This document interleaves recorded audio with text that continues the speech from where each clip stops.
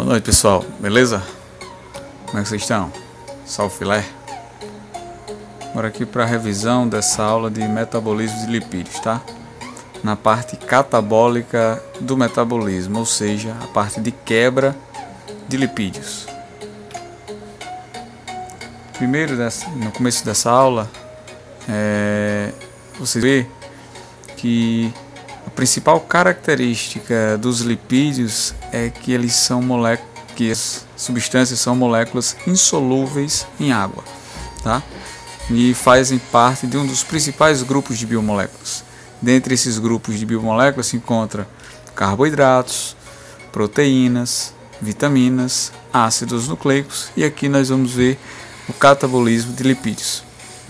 Tem uma grande diversidade química e estrutural, não formam polos diferentemente de proteínas, que são polímeros de aminoácidos, diferente de ácidos nucleicos, que são polímeros de nucleotídeos. Tá? No caso dos lipídios, não formam polímeros, porém formam agregados. Então tem várias funções. Tá? Nós vamos ver que a gente tem várias funções, porém três são as principais: papel estrutural, armazenamento energético e sinalização inter e intracelular, no caso aqui de vitaminas e hormônios, tá? Algo bastante importante é que os lipídios eles têm aproximadamente 2 vezes mais energia do que o mesmo peso seco de glicose ou aminoácido, ou seja, os ácidos graxos, os lipídios, as gorduras, tem o dobro, quase o dobro de energia de carboidratos e proteínas. Aminoácido aqui está referente à proteína, tá certo? E glicose referente aos carboidratos. É a principal reserva energética metabólica a longo prazo, tem inércia química, ou seja, não costuma ter muitas reações quando esses lipídios são armazenados, eles não sofrem grandes transformações. Tem baixa osmolaridade e o balanço energético da célula é da seguinte forma: caso a célula, o organismo esteja necessitando de energia, esses lipídios eles vão sofrer degradação, catabolismo, por reações catabólicas, ou seja, reações de quebra. Tá? O excesso dessa energia vai ser armazenado, vai ser estocado, ou seja, o excesso de energia que nós consumimos vai ser produzido essas moléculas de lipídios através de reações anabólicas, tá certo? Ou seja, biossíntese de lipídios e armazenamento dessas biomoléculas no tecido adiposo. Tá? E para isso envolvem diferentes enzimas, localização celular, diferentes doadores e aceptores de elétrons. Tá? Isso tanto na reação catabólica quanto na reação anabólica. No armazenamento dessa energia, quando envolve o excesso de energia, esse armazenamento na forma de lipídios vai ser nessas células especializadas, tá? Nos adipócitos, de armazenamento de triacilglicerol. Então, pessoal, a molécula, o lipídio que vai ser estocado nesses adipócitos são os triacilgliceróis ou triglicerídeo, tá? São sinônimos, triacilglicerol ou triglicerídeo. E essas células se encontram no tecido adiposo, na camada subcutânea da cavidade abdominal. Porém, quando o excesso de gordura, quando o armazenamento já está muito elevado de gordura, esses lipídios começam a ser estocados em órgãos que não são órgãos especializados para isso, tipo fígado, muito comum num estágio já de avançado, que esses indivíduos eles começam a estocar além na cavidade subcutânea abdominal, no tecido adiposo, começa a armazenar essas gorduras no fígado, e isso não é legal, certo? Isso causa patologias. Nós vamos ver, que o tecido adiposo promove energia, isolamento térmico e por aí vai. Então são várias vantagens, né? Aqui é a carinha da célula do tecido adiposo, né? E nós vamos ver que essa célula, grande parte dela é de reserva desses ácidos graxos, né? Na forma de triacilglicerol, ácido graxo esterificado com glicerol. Vamos ver essa estrutura agora, tá? Então, o triglicerídeo, o triacilglicerol, é uma molécula de armazenamento, constitui a principal fonte de lipídios da dieta, mais de 90%, tá? São moléculas apolares, hidrofóbicas, insolúveis em água, pode ser simples ou misto, tá? Essa cadeia de hidrocarbonetos pode ser variada esse tamanho, tá certo? Se for todas iguais, então são simples. Se tiver tamanhos variados, é um triglicerídeo misto, tá? Extremamente reduzida, ou seja, essas ligações são extremamente energéticas, tá certo? As ligações entre carbonos aqui são extremamente energéticas, tá? E cada molécula de ácido graxo está esterificado a um outro lipídio chamado glicerol. Então aqui eu tenho um lipídio glicerol, aqui um lipídio ácido graxo, certo? O ácido gordo, e esses 3 moléculas de ácido graxo esterificado ao glicerol. Essa molécula é dada o nome de triacilglicerol, tá? Isso, glicerol, ácido graxo ligado ao glicerol, unidos por ligação do tipo éster, estão esterificados ao glicerol, ok?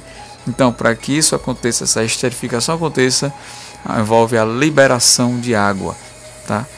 Então, essa molécula aqui ela é extremamente apolar, insolúvel em água, ela não carrega peso de água, tá? Podemos ver aqui que é só hidrogênio, carbono, hidrogênio e carbono, um hidrocarboneto, né? Não carrega o peso da água. Aqui nós vimos, só para relembrar, que existem ácidos graxos saturados sem nenhuma dupla ligação. Ácido graxo insaturado é quando ocorre a dupla ligação, essa curvatura na cadeia do lipídio, certo? Na cadeia hidrocarbonética do lipídio, né? E o ácido graxo ele tem essa região do grupo carboxilo, uma região polar, uma região extremamente apolar. Esse grupo polar ele pode interagir com, é ele que fica interagindo com a água, tipo os fosfolipídios. Essa região apolar ela fica interagindo, né, com o meio aquoso, mas essa região de hidrocarboneto ela é extremamente apolar, né? Só para chamar a atenção aqui, nas células eucarióticas, os triacilgliceróis formam uma fase separada no citosol aquoso, né? Então esses glóbulos aqui, tá vendo? Esses glóbulos são glóbulos de gordura, né? Que servem como depósito de combustível, né? Vertebrados, células especializadas são chamadas de adipócitos, armazenam grande quantidade desses glóbulos. Então está aqui um tecido cheio desses glóbulos, né? Nas plantas, os triacilgliceróis são estocados na forma de óleo, tá? Em sementes, nessa forma de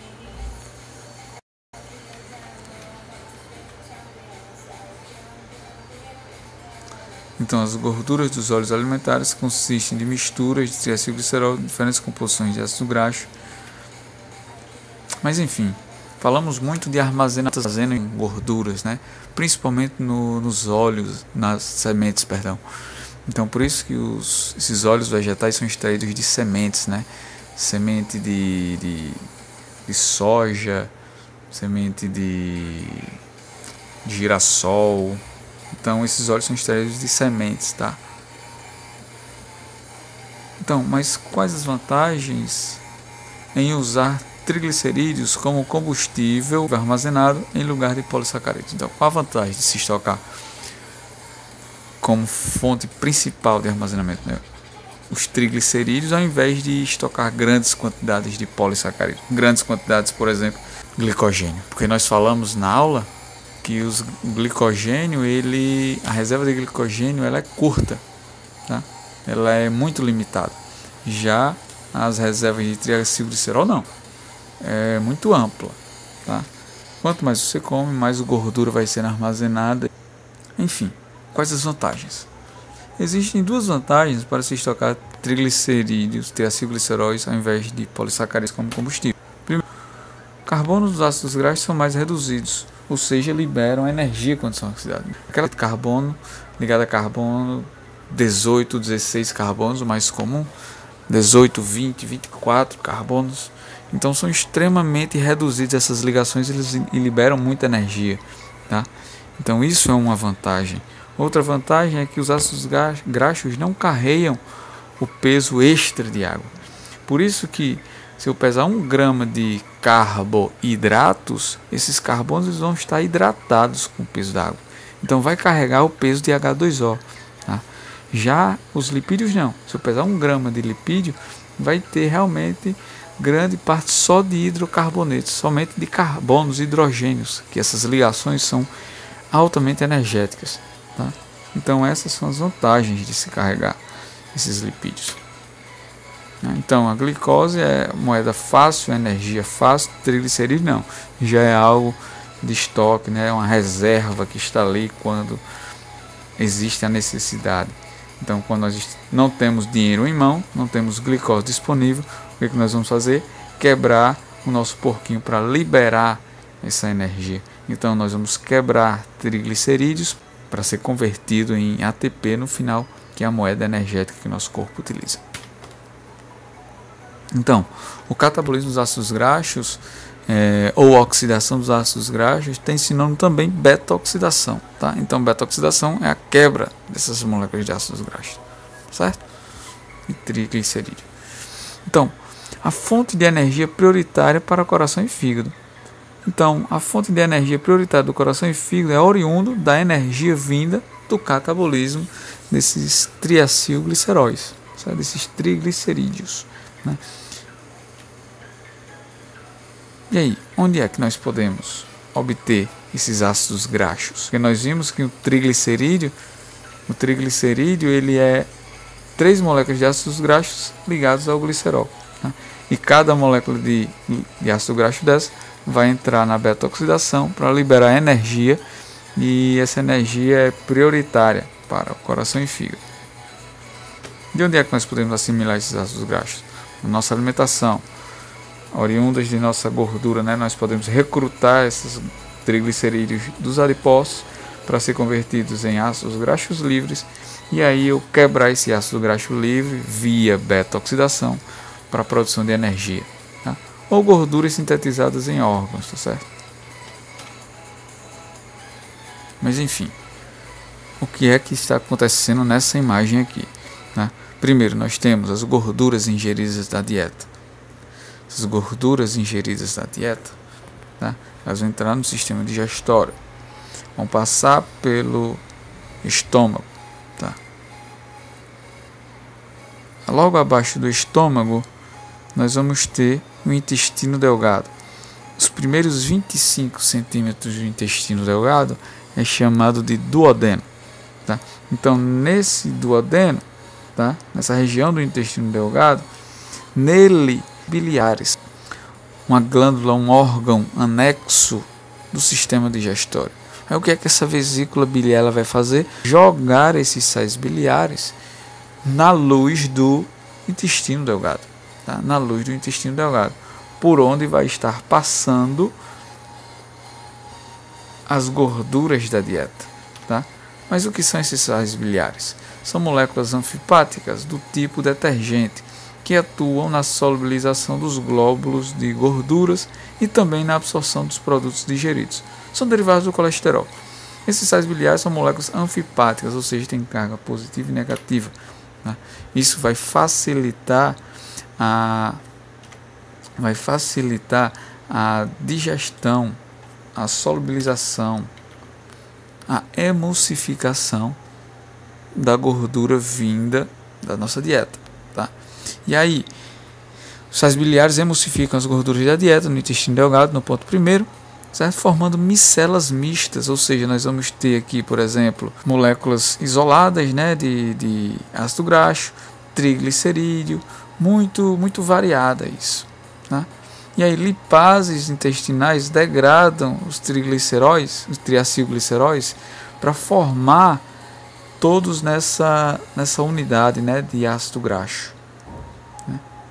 E aí nós vamos entrar no ponto 3. Mas lembre-se que essa segunda etapa envolve lipases. O que são lipases?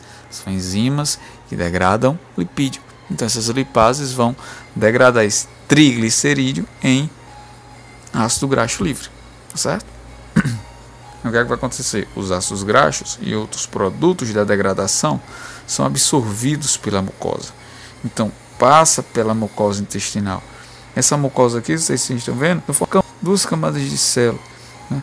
Então esses lipídios eles são absorvidos por essa camada, por essa mucosa intestinal, e são convertidos, ApoC, triglicerídeo, né?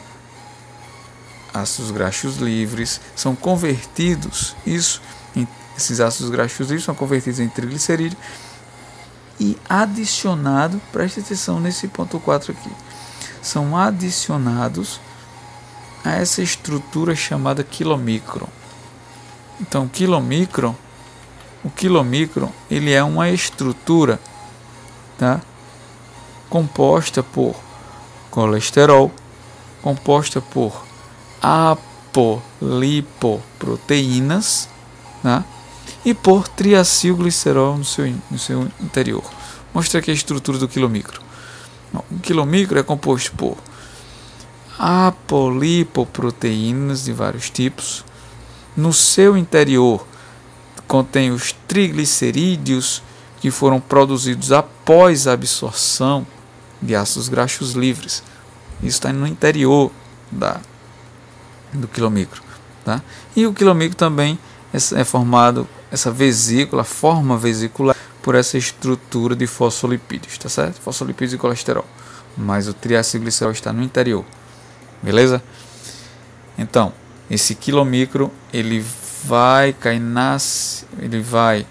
se mover pelo sistema linfático e pela circulação sanguínea para os tecidos, tá? Esse é o ponto 5. Vai migrar. Então o quilomicron vai estar circulante, tá? Ácido graxo livre não circula boiando aí livremente pela circulação sanguínea.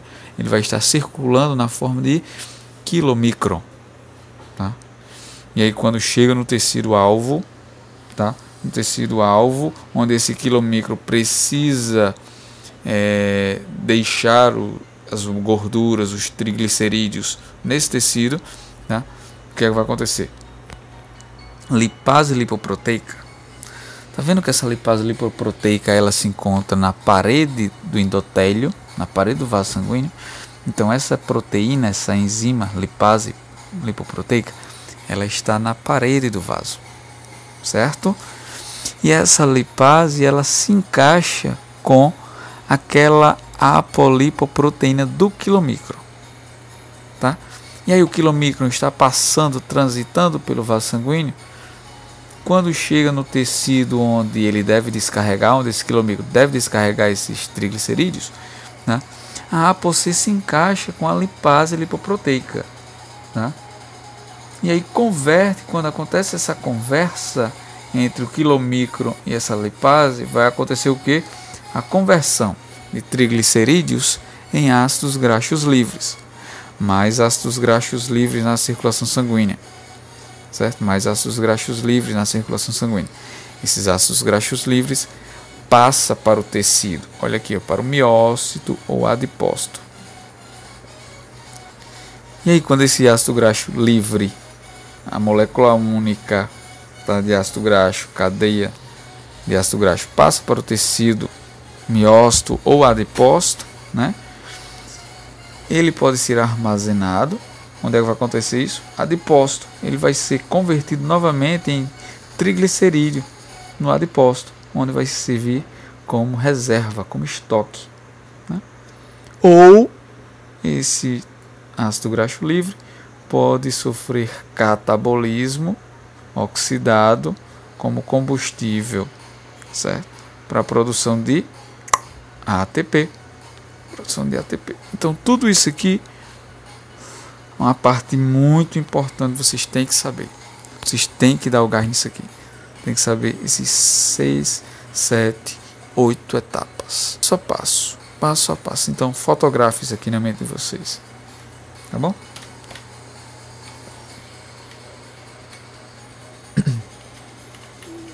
Então, só recapitulando, né? Primeiro, nós ingerimos a gordura. Essa gordura é emulsificada pelos sais biliares, tá? Essa emulsificação vai gerar esses ácidos graxos livres, né? Esses ácidos graxos espalhados, e lipases vão quebrar essas gorduras, né? Quebrar em ácidos graxos livres. Esses ácidos graxos livres únicos, eles podem ser absorvidos pela mucosa intestinal, tá?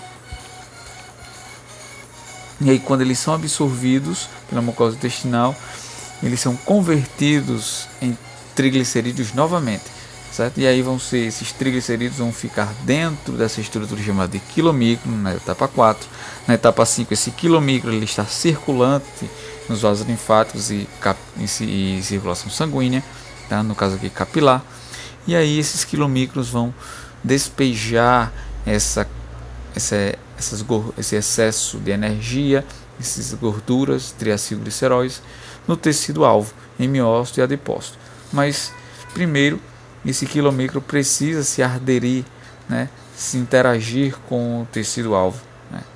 Então, quando chega próximo do tecido alvo, o endotélio vai produzir essa proteína vai se acoplar com a outra proteína do quilomicro, chamada apolipoproteína, e aí esse triacilglicerol ele vai ser degradado em ácido graxo, tá vendo aqui, olha, em ácido graxo e glicerol. Essas moléculas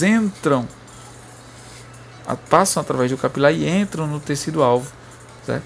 E aí no ponto 8 nós vamos ver que esse ácido graxo livre ele pode ser armazenado ou metabolizado, oxidado até a produção de ATP, tá?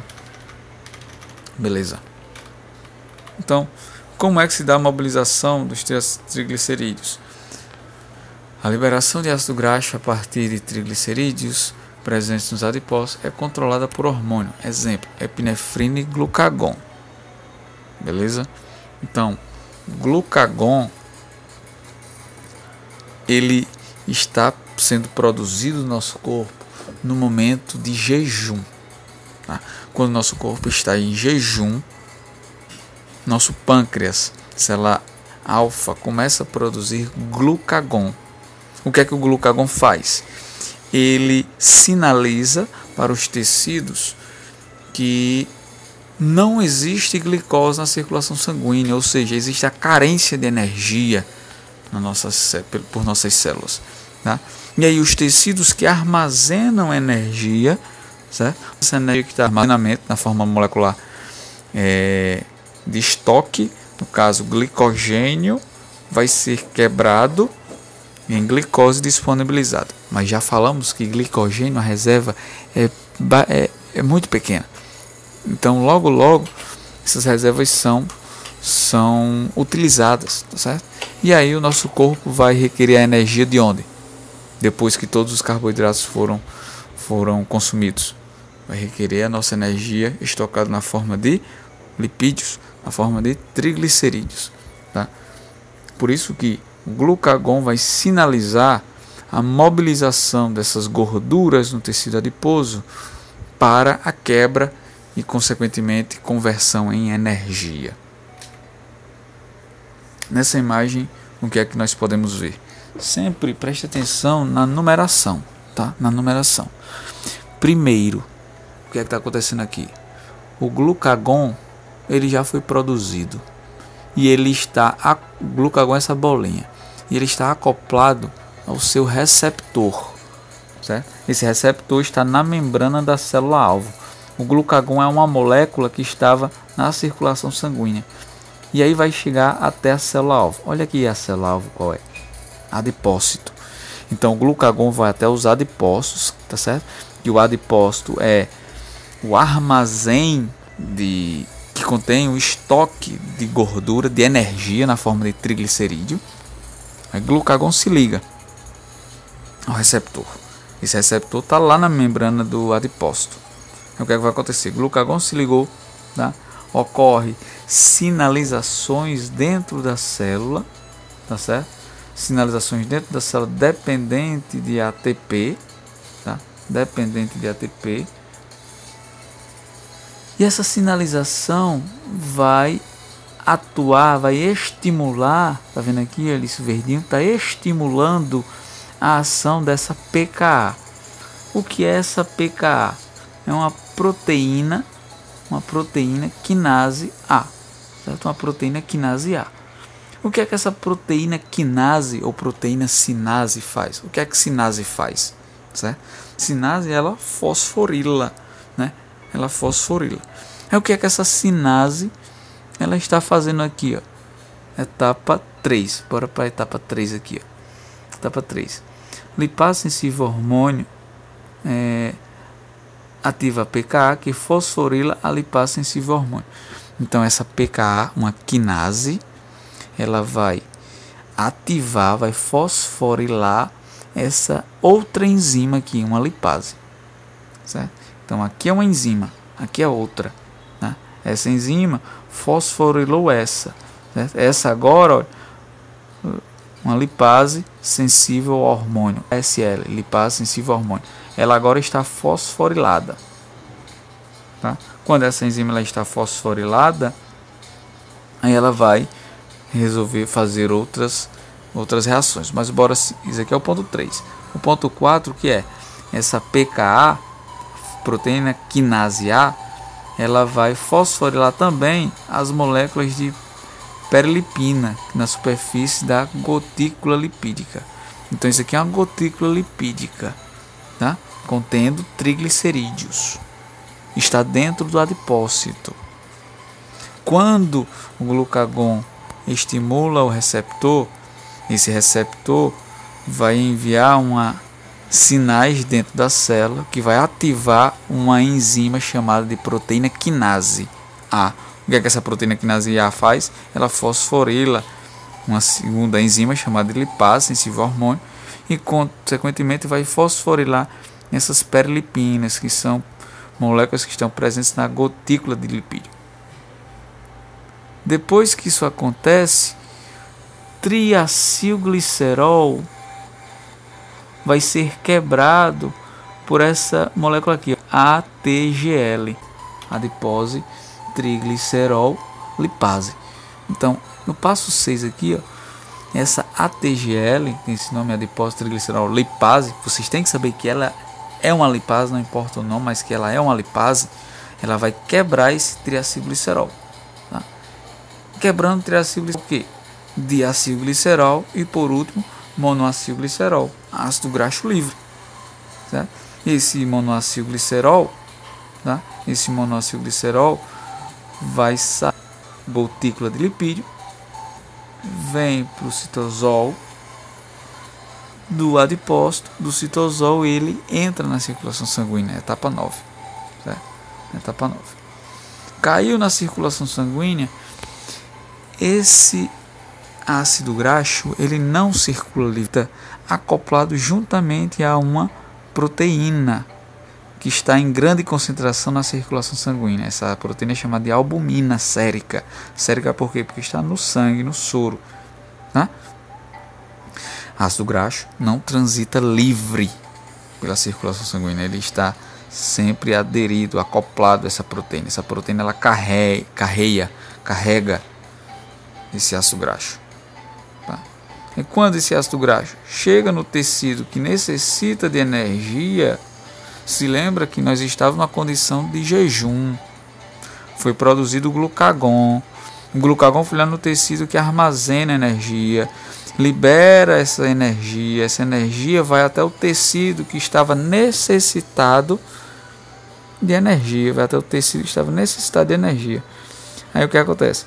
Esse ácido graxo agora, dentro da célula que está precisando de energia, esse ácido graxo vai sofrer beta-oxidação.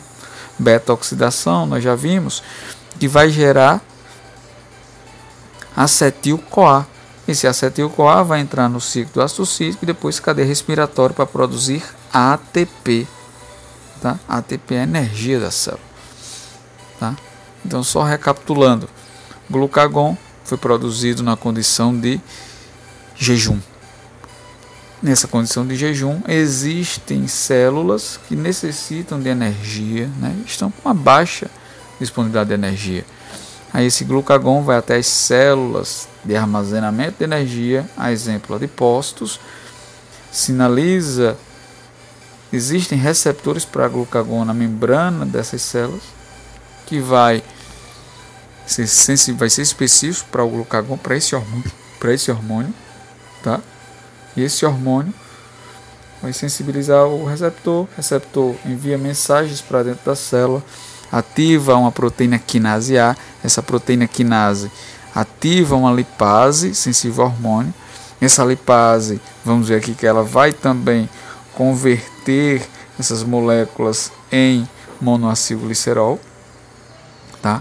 Essa proteína quinase A também ativa essas proteínas que estão na superfície da gotícula de lipídio, e essas vão acontecer uma cascata sinalizadora até ativar uma segunda lipase, certo? Essa lipase está dentro da gotícula de lipídio. Aí o que essa lipase vai fazer? Começa a separar ácido graxo de glicerol. Começa a quebrar esse triacilglicerol, liberando diacilglicerol, depois monoacilglicerol e por último tirando realmente os ácidos graxos livres, né? Quebrando o glicerol da cadeia para liberar ácidos graxos livres. Ácido graxo livre não cai na circulação sanguínea e fica só. Ele se acopla, né? Ele é carregado por proteínas do tipo albumina, proteína albumina sérica. E aí carrega até o tecido alvo. O tecido está necessitando de energia. Aí esse transportador de ácido graxo livre vai sofrer beta-oxidação para produzir acetil-CoA. Acetil-CoA entra no ciclo de Krebs. Ciclo de Krebs libera CO2. Os produtos do ciclo de Krebs, outros, né? NADH, FADH2, vão para a cadeia transportadora de elétrons ou cadeia respiratória para produzir ATP. Certo? Beleza? Show de bola.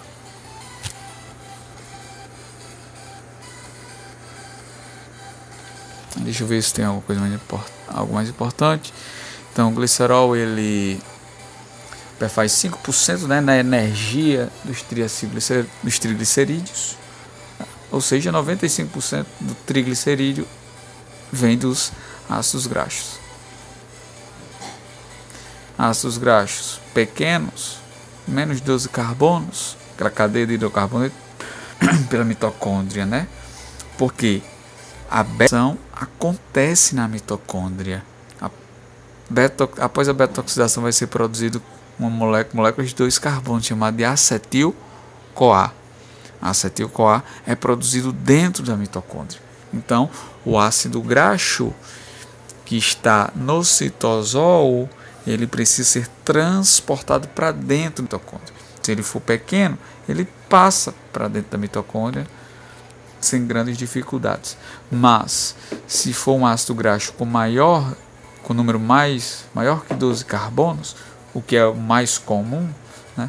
16 carbonos é o ácido graxo mais comum, eles necessitam de transportadores, certo? Primeiro, para esse ácido graxo ele ser transportado para dentro da mitocôndria, né? Para um transportador de ácido graxo pegar esse ácido graxo e jogar ele dentro da mitocôndria, esse ácido graxo ele precisa ser ativado, tá? E ele é ativado quando? Quando uma coenzima A é acoplada a ele, tá? Quando uma coenzima A é acoplada a esse ácido graxo. E quem é que faz esse acoplamento? A acil-CoA sintetase. Então, a acil-CoA sintetase sintetiza acil-CoA graxo, tá?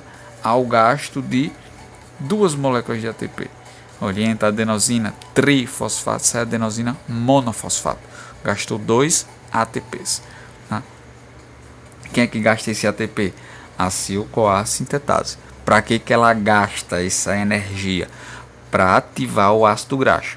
Para pegar a coenzima A e ligar ao ácido graxo.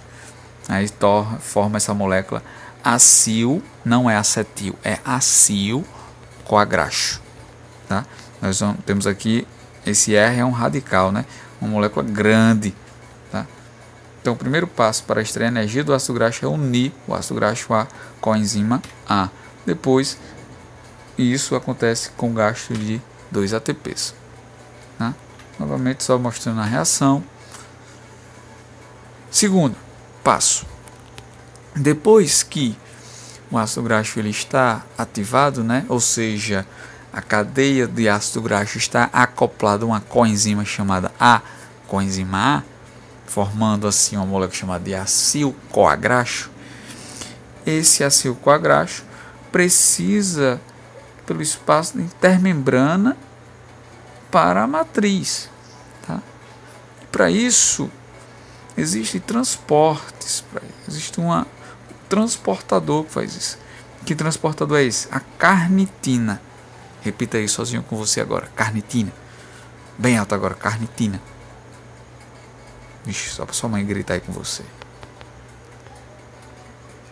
Então, essa carnitina, ela pode ter nomes mais específicos, né?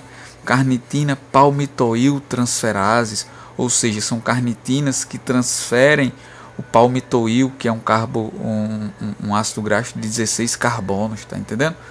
Então existem nomes específicos. Ou o nome geral, carnitina aciltransferase. Carnitina aciltransferase. Presta atenção aqui, ó.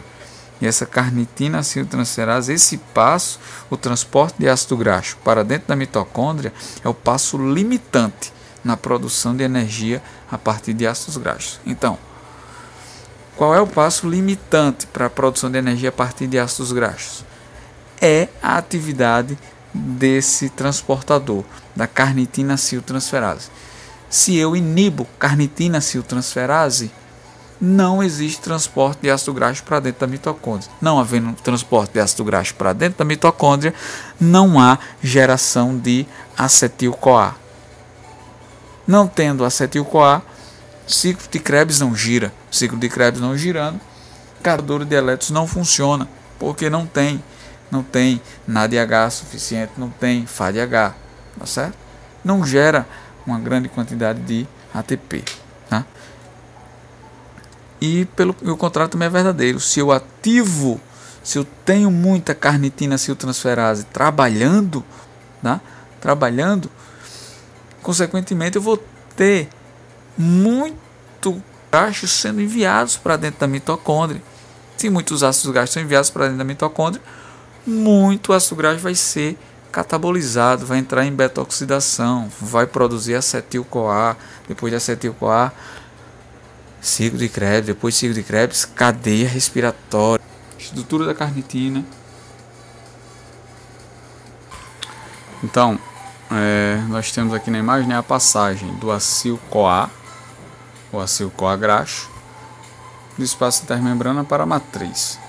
Então, o que vai acontecer? Nós temos no citosol, essa região é citosol, o acil-CoA graxo, que, lembrando, isso aqui é uma molécula grande, uma ramificação de hidrocarbonetos, tá?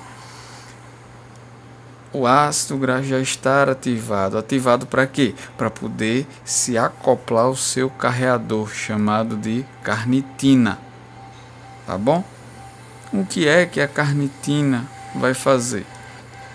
Carnitina aciltransferase, o que é que ela faz?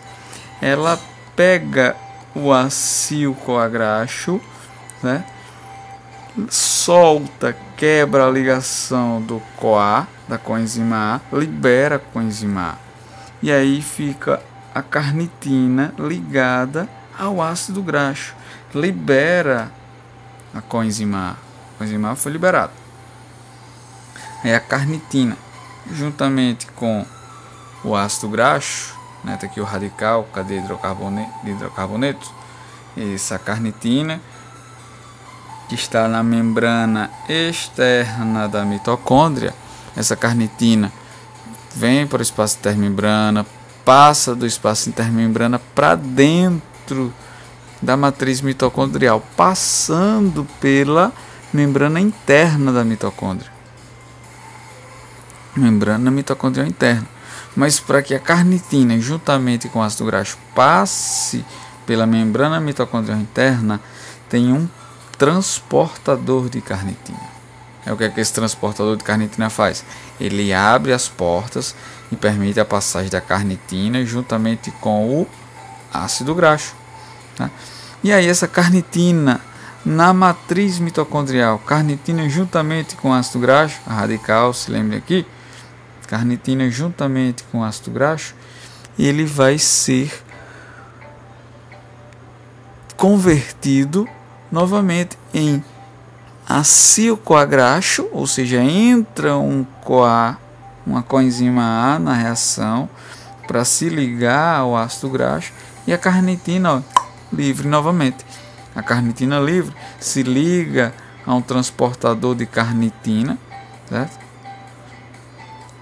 Vai se ligar ao transportador de carnitina, está aqui o transportador de carnitina, e aí essa carnitina ela vai voltar para a matriz, para a membrana mitocondrial externa, certo?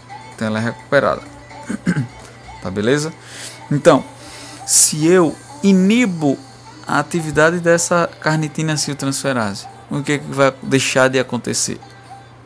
Vai deixar de acontecer o que? A entrada de ácido graxo para dentro da mitocôndria. Ácido graxo não entrando dentro da mitocôndria, não vai ser catabolizada esse ácido graxo, e ele vai permanecer, logo não vai gerar energia. Tá, beleza? Então, ácido graxo dentro da mitocôndria, na matriz mitocondrial, vai sofrer beta-oxidação. Cada volta da beta-oxidação, nós já vimos, cada volta da beta-oxidação vai ser liberado 2 átomos de carbonos na forma de acetil-CoA. Ou seja, se eu tenho um ácido graxo de 16 carbonos, vão ser liberados 8 moléculas de acetil-CoA. Cada molécula de acetil-CoA entra no ciclo de Krebs. Vai ser produzido gás carbônico. Todos os 16 carbonos são liberados na forma de CO2. Tá? E os elétrons, juntamente, esses elétrons, que é energia, vão estar nos seus aceptores de elétrons, né? NADH e FADH2, que vão entregar esses elétrons na cadeia transportadora de elétrons, para a produção de ATP no final.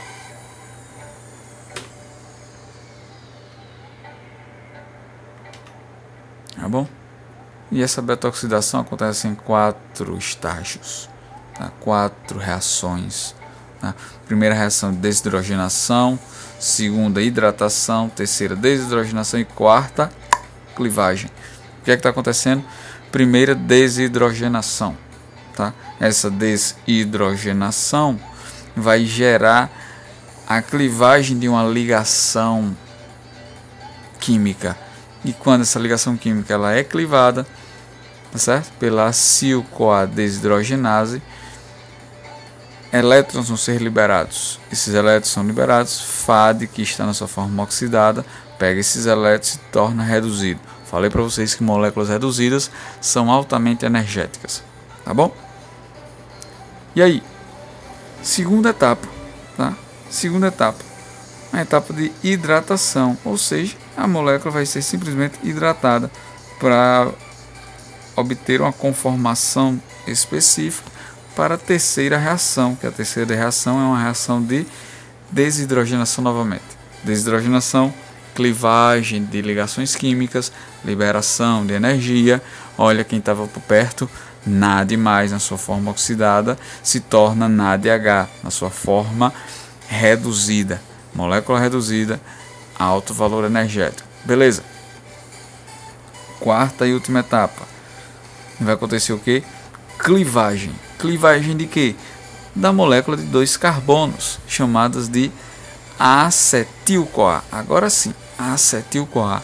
Ele vai ser produzido a partir da entrada de uma coenzima A. Se liga aqui que nós temos uma coenzima A no final da cadeia. Tá? Se eu quebrar essa ligação, eu vou liberar coenzimar juntamente com 2 carbonos. E aí vai ficar uma extremidade livre, sem coenzima. Por isso que necessita da entrada da coenzima A, certo? Justamente nessa região. Aí, ó, coenzima A se ligou, liberou acetil-CoA, extremidade nova com a coenzima A, certo? E esse ciclo se repete novamente, né? Desidrogenação, hidratação, desidrogenação, clivagem, né? Até que todos os 16 carbonos sejam liberados na forma de acetil-CoA, 2 carbonos acoplados a uma coenzima A. Aqui, mais em detalhes, tá? Só lembrando que a terceira etapa, a etapa de desidrogenação, que vai gerar NADH, certo? Ela é regulada, certo? Ou seja, se eu tenho muito NADH, não precisa eu fazer mais disso. Se eu tenho muito NAD, não precisa eu fazer mais desidrogenação para gerar mais NAD. Vocês concordam comigo? Então, essa etapa ela é inibida, não permanece com o ciclo, tá certo? Não passa para a etapa seguinte. Não passando para a etapa seguinte, para a etapa de clivagem, não há produção de acetil-CoA, tá ok? Consequentemente, não há produção de energia. Por quê? Porque eu já tenho energia em excesso na forma de NADH, tá bom? A alta concentração de acetil-CoA também vai inibir a clivagem. Se eu tenho muito acetil-CoA, não tem por que eu clivar mais ácido graxo para produzir mais acetil-CoA ainda. Concordam comigo? Então, essa alta concentração de acetil-CoA inibe a produção de mais acetil-CoA. É isso. Nós vamos ter só as equações, né, do que foram produzidos.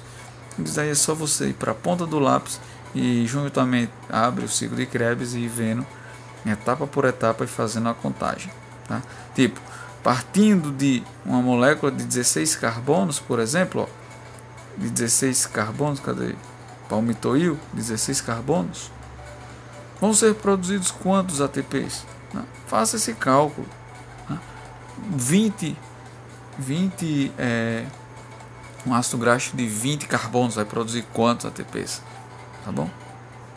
E é isso. Espero que dê uma clareada para a prova. E como eu sou um pai, essa prova vai estar só o filé. Então é isso, viu, pessoal? Então, metabolismo de lipídios, catabolismo, tá? Estudem. Boa prova. E até a próxima.